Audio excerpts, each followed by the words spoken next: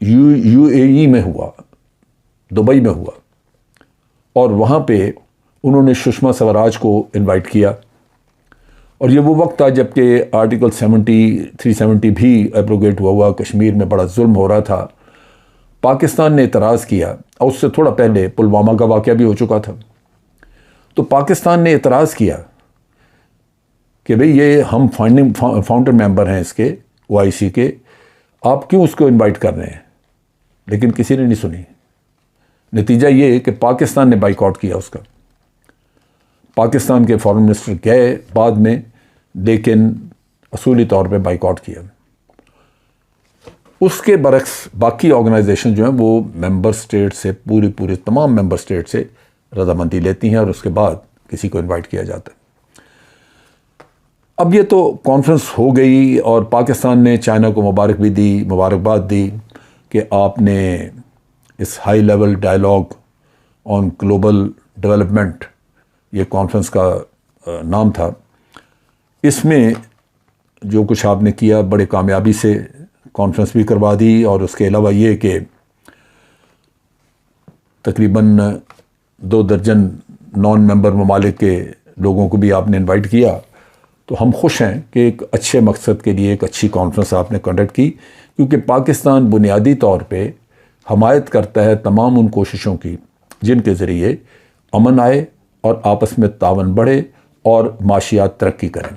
سو ہماری چونکہ یہ پالیسی ہے، اور پالیسی کے مطابق ہوئی یہ کانفرنس، تو پاکستان نے اس کو ویلکم بھی کیا اور اس پہ مبارکباد دی تھی۔ اب چائنا نے ہی ان کو یہ بتایا کہ بھارت نے اپوز کیا، لہذا ہم آپ کو شامل نہیں کر سکے۔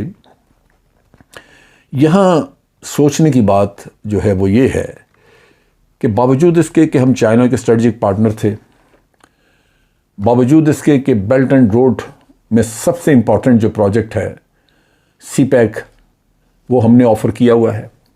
ایک اسٹریٹجک بندرگاہ جو کہ گوادر کی پورٹ ہے، وہ ہم نے انڈین اوشن میں ان کو دی ہوئی ہے، عربین سی میں۔ ہماری قربتیں بہت زیادہ ہیں، صبح سے لے کر رات تک راگ الاپتے ہیں کہ یہ سمندروں سے گہری، پہاڑوں سے اونچی دوستی اور یہ وہ، لیکن اب لمیٹیشن دیکھیے سسٹم کی کہ چائنا بھارت کو قائل نہ کر سکا۔ لازماً چائنا نے کوشش تو کی ہوگی، لیکن وہ قائل نہ کر سکا کہ آپ جناب پاکستان کو کیوں باہر رکھ رہے ہیں۔ پاکستان اسی ریجن کا، خطے کا اہم ملک ہے۔ اگر بھارت انوائٹ ہو سکتا ہے تو پاکستان انوائٹ ہو سکتا ہے، کیونکہ بھارت اور پاکستان ساتھ ساتھ ہیں۔ آپ یہ کیسے کر سکتے ہیں کہ خطے میں 1-2 ملک چھوڑ دیں، پھر ان کو لگا تو خطہ پورا جو ہے وہ اس کی ریپرزنٹیشن تو نہ ہوئی۔ لیکن جو دیکھنے کی چیز ہے وہ یہ ہے، جو سمجھنے کی بات ہے کہ چائنا اپنے طور پہ ایک حد تک آپ کی مدد کر سکتا ہے، اس سے آگے نہیں۔ سو ہمیں سوچنا یہ ہے کہ ہم اپنے پاؤں پہ کھڑے ہوں جتنی جلدی ہو سکتے ہیں۔ اگر آپ کی اکانومی طاقتور ہوتی ہے، اگر آپ کے وسائل بڑے اچھے ہوتے، تو دنیا خود آپ کو، آپ کے پیچھے آتی، آپ کو کہتی کہ آئیں جی آپ اس کانفرنس کا حصہ بنیں، کیونکہ ان کو پتہ ہوتا کہ ان سے کچھ مل سکتا ہے، یہ نہیں کہ ان کو دینا ہی دینا ہے۔ تو ایک تو یہ اسپیکٹ ہے کہ ہم چائنا پہ بھی ایک لمٹ تک، ایک حد تک ریلائی کر سکتے ہیں، اس سے آگے شاید ریلائی کرنا ہمارے لیے مناسب نہ ہو، ممکن بھی نہ ہو۔ پھر دوسرا بہت امپورٹنٹ اسپیکٹ ہے، وہ ہے بھارت کی نیت۔ آپ دیکھیں کہ بھارت کوئی بھی موقع ایسا نہیں جانے دیتا جس میں وہ آپ کو نقصان پہنچا سکتا ہو اور وہ نہ پہنچائے۔ جہاں کہیں وہ ڈس سکتا، آپ کو ڈستا ہے۔ ہمیں اس میں کوئی شک نہیں ہے، مجھے ہمیشہ سے یہ یقین ہے کہ اگر ہمارے وجود کا کوئی دشمن ہے اس دنیا میں تو وہ بھارت ہے، لیکن اس کی دشمنی میں بہت زیادہ سختی، بہت زیادہ اضافہ ہوا جب وہاں پہ ہندوتوا کا پوجنے والا نریندر مودی وہاں پہ حکمران بنا۔ اس کے بعد سے حالات مسلمانوں کے لیے بھارت میں بھی خراب ہوئے، کشمیریوں کے لیے بھی ہوئے، بہت برے ہوئے، اور پاکستان کے ساتھ بھی تعلقات مزید بگڑے، صرف اس وجہ سے کہ انہوں نے ہر وہ موقع جہاں آپ کو نقصان پہنچا سکتے تھے انہوں نے بھرپور طریقے سے نقصان پہنچایا. اس میں آپ ٹیررزم دیکھ لیجئے، افغانستان سے آپ کے 16-17 سال ٹیررزم کرواتے رہے وہ. اور پھر اگر آپ کو کہیں سے کچھ ہتھیار ملنے ہیں، رشیا نے ہم ہی بھری ادھر بھارت پہنچ گیا کہ نہیں جی آپ نہیں دیں گے، ورنہ ہم نہیں خریدیں گے. وہ بڑے خریدار ہیں، ان کو سننی پڑی.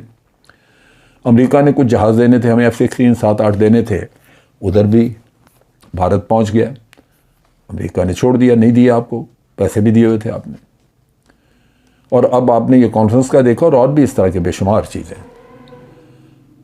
پھر ہم کس طرح یہاں پہ مجھ تو سننے میں کوفت ہوتی ہے جب مجھے کوئی کہتا ہے کہ ہمیں بھارت سے بات چیت کرنی چاہیے، ہمیں بھارت سے مل کے رہنا چاہیے، جیسے ہم رکاوٹ پیدا کر رہے ہیں.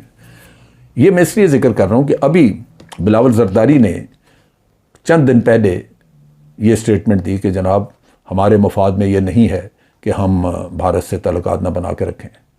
پہلی بات تو یہ کہ تعلقات ہم نے تو بنانے کی کوشش کی، بھارت نہیں بناتا. تو یہ تو دو طرفہ کام ہے، یک طرفہ تو تالی نہیں بچتی اس پہ. لیکن دوسری طرف آپ دیکھیں کہ نیتیں کیا ہیں. بھارت کی نیت یہ ہے کہ وہ آپ کو ختم کرنا چاہتا ہے، آپ کو کوئی بھی موقع ہاتھ سے نہیں گنوانا چاہتا.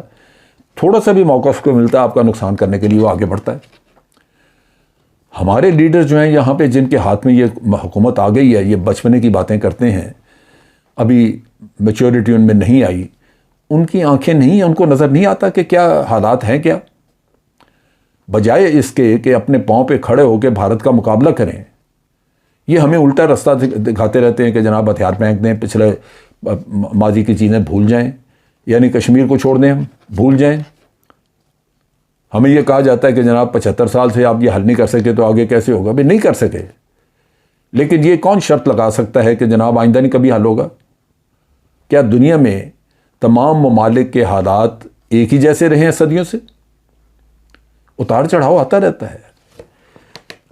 ہر ملک میں ہر جگہ آپ دیکھیں گے خاندانوں میں عروج آتا ہے، پھر زوال آتا ہے. ملکوں میں عروج اور زوال کی کہانیاں موجود ہیں. بادشاہتیں ہیں جو مٹ گئیں، جب بنی تو ان سے زیادہ شان و شوکت ہی کہیں نہیں تھی. تو یہ کہہ دینا کہ 75 سال میں ہم نے کہ قوموں کی زندگی میں 75 اور بھی آ جائیں گے تو خیر ہے، لیکن آپ اصولی موقف نہیں چھوڑ سکتے.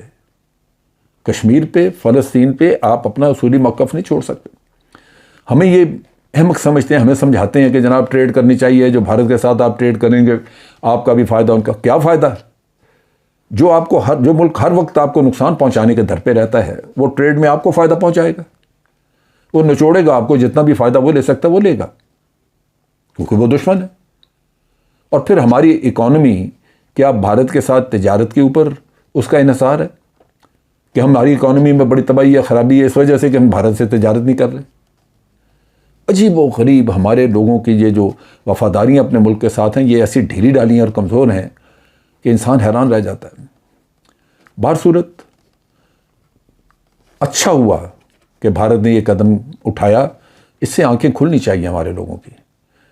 کچھ دیر کے لیے ہم بھول جاتے ہیں، دشمن کا چہرہ دھندلا ہو جاتا ہے، لیکن پھر واقعات ہوتے ہیں ایسے، اگر قومیں اپنے ہوش واس قائم رکھیں تو دشمن کا چہرہ پھر مکمل طور پہ بے نقاب ہو جاتا ہے، وہ دھند چھٹ جاتی ہے.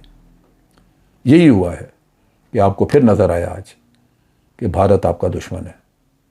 آپ اس پہ بھروسہ نہیں کر سکتے، آپ اس پہ دوستی کا راگ نہیں الاپ سکتے. اگر آپ دوستی کرنے کی کوشش کریں گے تو وہ یک طرفہ ہوگی، جس میں بھارت آپ کا نقصان کرے گا، اپنا فائدہ کرے گا. آج کے لیے اتنا ہی. افواج پاکستان زندہ باد، پاکستان پائندہ باد.